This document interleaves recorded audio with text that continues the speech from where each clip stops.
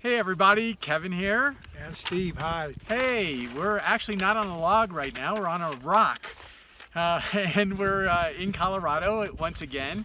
And we thought that it'd be important to do a recap video of our most recent meetup group in which we talked about self-love. And Steve and I are very much believers that this is a super important topic, and as a result we wanted to go over our list of those topics that we presented in that particular meetup. So without further ado, and this is going to hopefully be a fairly short video, here's our list. So go ahead, Steve, start us off. Okay, so we've got a list of about 10 things and then some specific ways to practice or strengthen self-love. So we'll start out with just some tenets about self-love. These are the exact ones that were discussed during the meetup. And the first one says, self-love is the most fundamental thing you can undertake to accelerate your journey through the shift and your overall existence as a human being. Amen, brother. Amen. Number 2.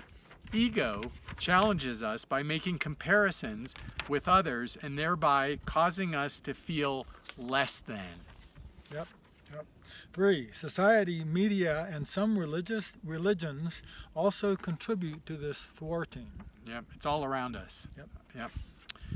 Loving others to the greatest extent possible comes best by loving oneself first. So Agreed. Absolutely. That's self-love right there. Yep. We are not talking about a narcissistic love of oneself. Being selfist is not the same thing as being selfish. Narcissism comes from a deep-seated lack of self-love and self-respect and self-worth. Yeah, agreed. Yeah. Sometimes we have compassion for others above compassion for ourselves, and this is unhealthy. Codependent behavior is an example of this in the most extreme sense. In that case, one only can feel happy when they make others feel happy.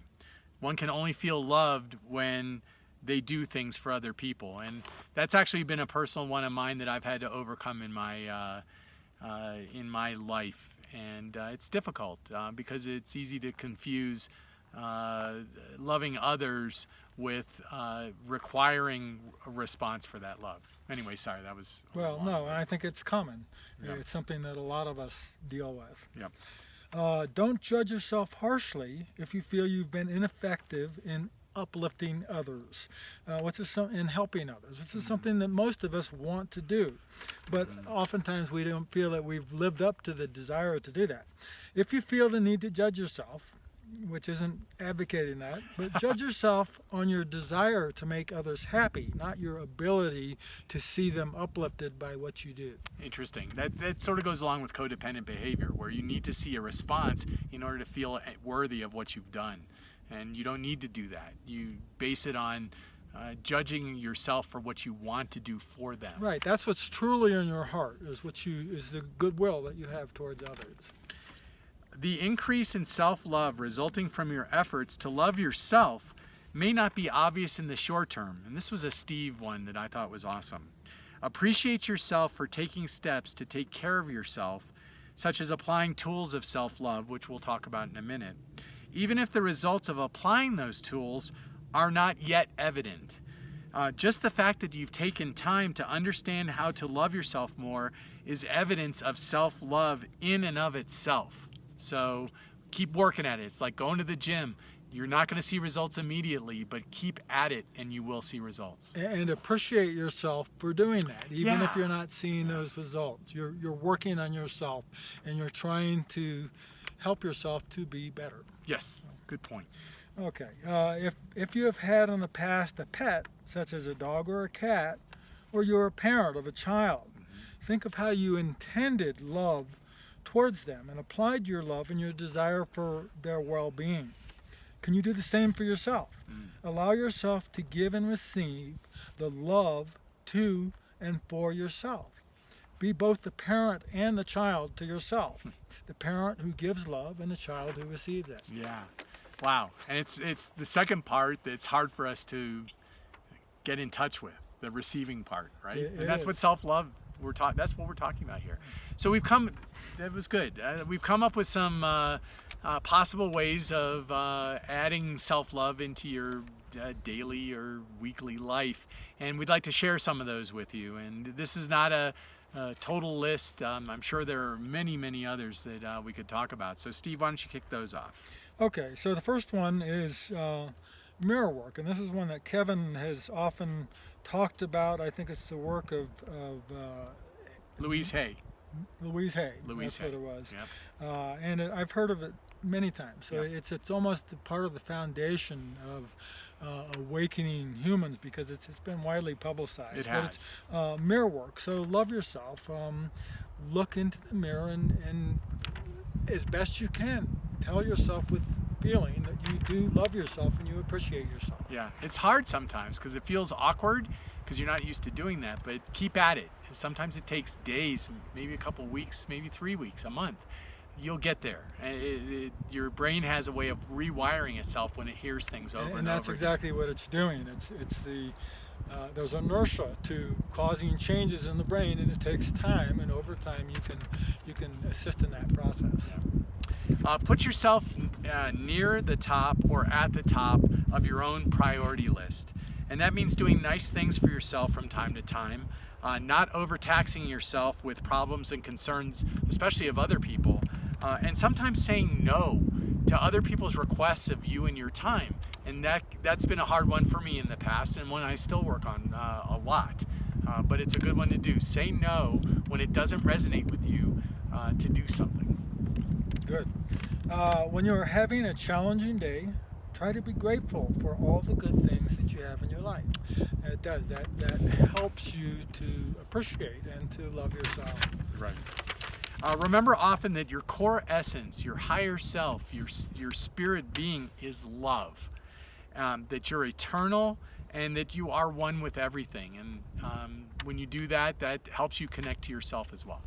It does. Don't be critical of your body. Oh, that's It's hard. here to serve your higher self, and it is not your enemy. I know. So often we treat our body as the enemy. We're fat, we're out of shape, whatever, and I'm going to force myself to be in a different shape. And the reality is your body's your friend, and it's what's carrying you through this life all the way to the end. But we don't always treat it that way. Try to do that some more, and to treat it with love and respect. Don't be critical of your mistakes. It's part of being human. And those can be great tools for learning those mistakes. Be thankful that you're not perfect. If we were all perfect, it'd be boring. For sure. Who would want that? Not me. I have to think twice about that. I need to make more mistakes, not... Not. Yeah. Okay, we're humans. We're I humans. This is one that, again, we lean on our canine friends for. Look at the way a pet dog loves you. So this is as opposed to the previous mention of this. This is talking about their perspective of us. And as we all know, dogs love us without reservation and without any kind of qualification, even though Yeah. sometimes we think maybe they should. Without judgment and unconditionally. Yeah. Try to look at yourself and love yourself the same way that they do. Yep. It's a good example. Yep. I find that giving heartfelt compliments to strangers makes me feel really good when I see the effect on them. Complimenting myself should be added to that list, and I do try to incorporate that now, whenever I can. Yeah. Don't take yourself and life too seriously. After all, we're just playing the part in the grand play. And that's a challenge for me. It's hard for me to be the silly guy that Kevin is by his very nature. I am. It's easy for me to be silly. It's I have hard to work at it. It doesn't come easy to me. We will pull it out of him. He's working on it. It's a work in progress. Yeah. And the last one is one that Steve made me aware of. He's watched a number of videos by Teal Swan, who's sort of a spiritual being or essence, and she always uses the tool to ask yourself, what would someone who loves themselves do in that particular situation? If you can ask that and answer it immediately from your heart without thinking about it, letting your ego get involved, oftentimes it will lead you to the right answer. Right. So sometimes putting it in the third person is kind of what that's doing. It's stepping out. It's hard to say, well, how do I love myself more? And if you have a hard time answering that question, stepping out and looking at it from a third person perspective can help you sometimes answer that question. Guess what? We're at the end of the list. Thanks for joining us. Steve, amazing. God, I wish I was out here all the time with you, buddy. Hey, me too. Yeah. We have a great time. I just wanted to say thank you to the folks that did show up to the meetup, because it was a great discussion. Yeah. There's a lot that we're not including here. We're just touching on the bare bones essence of it. Yeah. But it was a great conversation and interactive session. So we look forward to more of those in the future. And for those of you that weren't able to join us, I hope this video helps explain some of the stuff that we did discuss during that particular meetup. And you know, we look forward to seeing you in the future or hearing from you. And if you want to leave comments, that's great. And we just, you know, hope you enjoy life and enjoy this great experience we have as humans. Absolutely. We All right. appreciate you. Thank you Yeah. for joining us. Love you guys. See you guys. Bye.